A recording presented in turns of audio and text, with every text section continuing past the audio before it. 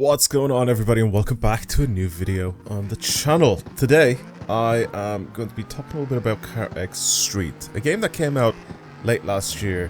Where we wanted it for a really long time to come out, obviously, but it came out late last year and we played a lot of it. I say inclusively because I am definitely one of those people that played a lot of this game. I actually played so much of this game, and I played more of this than I have of Need for Speed Unbound, and also Test Drive Unlimited Solar Crown combined, right? So those are two games that came out.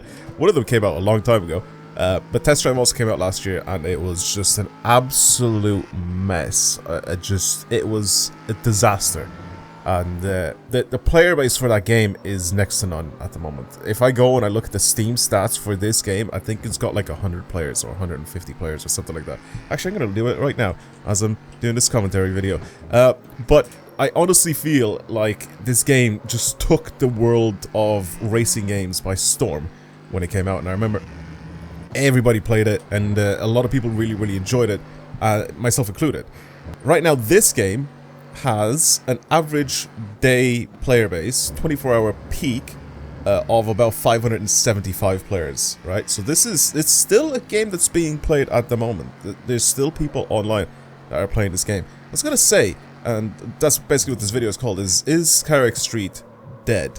No. A game that's dead is Test Drive Unlimited Solar Crown, which gets a 24-hour peak of 168 players. I don't know how people still play that game, honestly. It just feels like every single time I log, I still follow their official Twitter, page, and every time I log on to Twitter, they have some sort of maintenance or something going on, and the game is just down because it's always online. It just doesn't feel like it's been, brought out with the player base in mind. It's just kind of like, here's a broken game.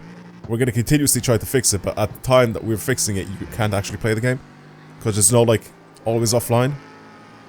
It's just a crazy thing. I don't understand. Like, in this day and age, I genuinely don't understand how this is a thing. If you're going to bring out a game that's fixed, that's good, then you can have always online, or you can squeeze in little updates every now and then. But honestly, after so many years, we already know how bad always online is, and CarX Street has never done it. CarX Street just came out, and it was kind of a very bare bones game if you think about it.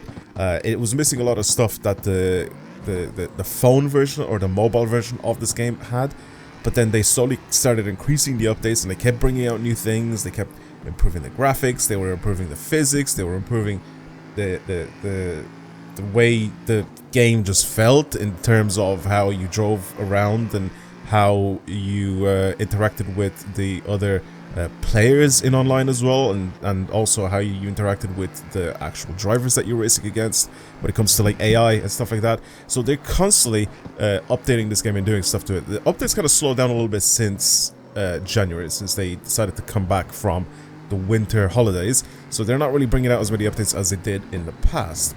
But I still think that this game has done something that a lot of AAA title games are lacking, and they just don't do properly, and that is continuous updates. So that's why I still think that CarX Street isn't actually dead. I still don't believe that this game is dead. And like I said, this isn't even like a AAA title game, but it's doing stuff that AAA titles should be doing. In this day and age, right now, a lot of people expect content all the time. I think we've kind of gotten used to the whole,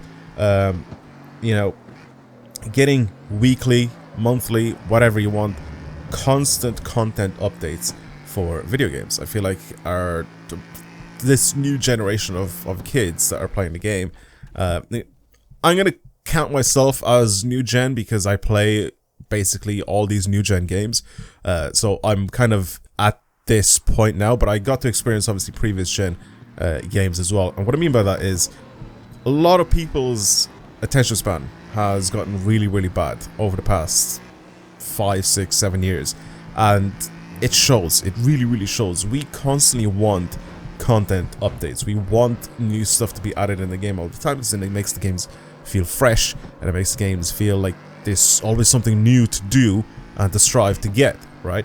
And that's the one thing that CarX Street has kind of capitalized on, and they've constantly kept releasing updates over and over again, whether it's, like I said, little maintenance stuff or car related stuff. We got new cars in the game, modifications, all that sort of stuff, right? there's always something that this game ended up releasing. And that's the one thing that some other games are kind of stuck in the past. That's what Need for Speed Unbound was like at the very beginning. I feel like they're doing it now. They've kind of realized, and they started doing the whole monthly update. It wasn't even monthly, because there's been like 9 updates. They've stopped with the updates now because Need for Speed is old. Like Need for Speed Unbound is old, but they stopped with the updates. But since its release, we've had 9 updates on the game. I'm pretty sure this game has already had more updates in like a month and a half or 2 months than Need for Speed did in like, what, 3 years? It's insane to think about, or 2 years or whatever it is when Need for Speed Unbound came out. So it's pretty mental to think that. So again, like I said, it's because of this generation of players now where we all want just new things, new constantly.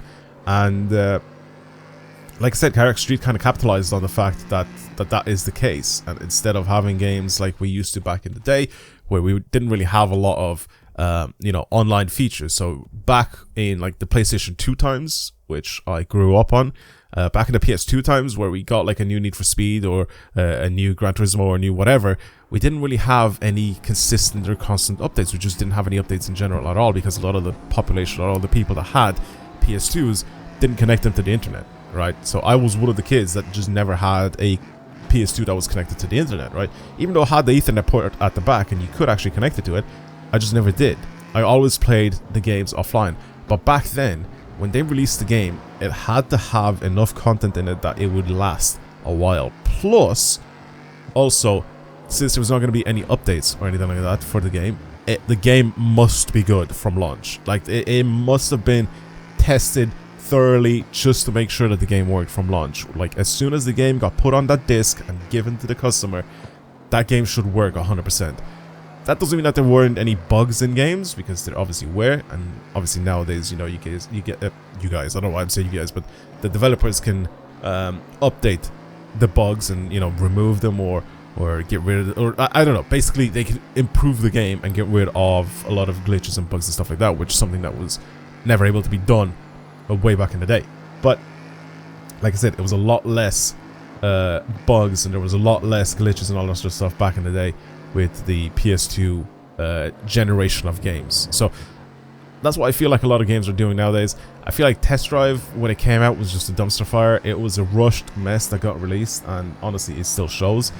There's barely any players that play the game. I feel like there's probably a few more on console, but on Steam itself, there's like about 100 players that play the game like daily, and it's just not enough. It's less people than watch my videos. Like, if someone would hop on and watch my videos, there's less people booting up the game than there are people that click on my YouTube channel to watch a video. How crazy is that, right? Like, it's pretty mental to think that, because obviously back in the day I remember when Call of Duty came out, every year we'd have like concurrent like 1 million players playing at the same time, and it was mental at the time when you think like stuff like that. And those are massive games. I can't really compare Call of Duty to a racing game, because the fan base for racing games are a lot smaller. It's a lot more niche than the FPS genre of Call of Duty, for example. So it's a bit different, but it's crazy how dry and dead Test Drive is compared to a game that's not even AAA. Like, it's a game that came out. It was a mobile game before. They obviously announced they were going to release this on the PC as well. They've had previous titles. We've had CarX Drift Racing Online and CarX Drift Racing 2 and all that stuff. Like, we had a bunch of different CarX games out before, and we kind of seen what they're capable of doing. And even with the simpleness of the game, they managed to pull off something that a lot of games can't really do, and that's a little like small company actually able to pull off a game that's doing bits, right? It's doing really, really well in its respective genre. So I think CarX Street isn't dead. I think there's still a bit of life left in this game. I feel like they're probably constantly working on maybe creating updates, or maybe bringing stuff over from mobile and stuff like that, or even they're probably working on a mobile version of this game, or I don't know, because I don't really play the mobile version, and they're doing stuff the other way. They also have CarX Drift Racing 3, I think that needs to come out as well. It's just, they constantly have stuff going on, and it's little titles like this that kind of make me happy, because of the work that the small team puts in to get such a game where it's able to like dethrone like big games. It's pretty cool. to see. And again, I'm not saying that CarX don't have their flaws, because they do, and I see a lot of people that complain in the past about the flaws from their games. But again, you can't deny that CarX Street did an amazing job with its release, and it's still doing a good job now, keeping a pretty active player base when it comes to the game. Let me know what you guys think of this game. Do you still play it? Do you not play it anymore? Every now and then I hop on this game. It's like Gran Turismo. Like Gran Turismo, as I'm making this video right now, it's 3 years old, and I still hop on Gran Turismo every now and then. Even though I don't make a lot of content on it or a lot of videos on it, every now and then I'll do. If I find an interesting update or something that comes out on it, I'll hop on and I'll play it. But I don't really make constant or consistent videos on that game. But I still hop on and play it. So it's something that Gran Turismo again still has like a big player base that play that game. Of course, a lot of PlayStation 5 players are going to be introduced to Forza now very soon, so that's going to be very interesting to see how it all shifts. But again, Gran Turismo is still a game that I visit kind of regularly. I just don't make a lot of content on it. But yeah, let me know what you guys think. Do you still play this game? Do you not play this game? Have you given up after a specific update, or are you waiting for something to come out for this game, or have you gotten bored, or whatever? Let me know down in the comments below. But that's pretty much it for me. Thank you for watching, everybody. I hope you enjoyed today's video. If you want to see more videos like this on the channel, then as usual, don't forget to subscribe, like this video if you enjoyed it, because it helps a lot. And yeah, that is pretty much it for me. Thank you for watching, everybody, and I'll see you in the next video. Goodbye.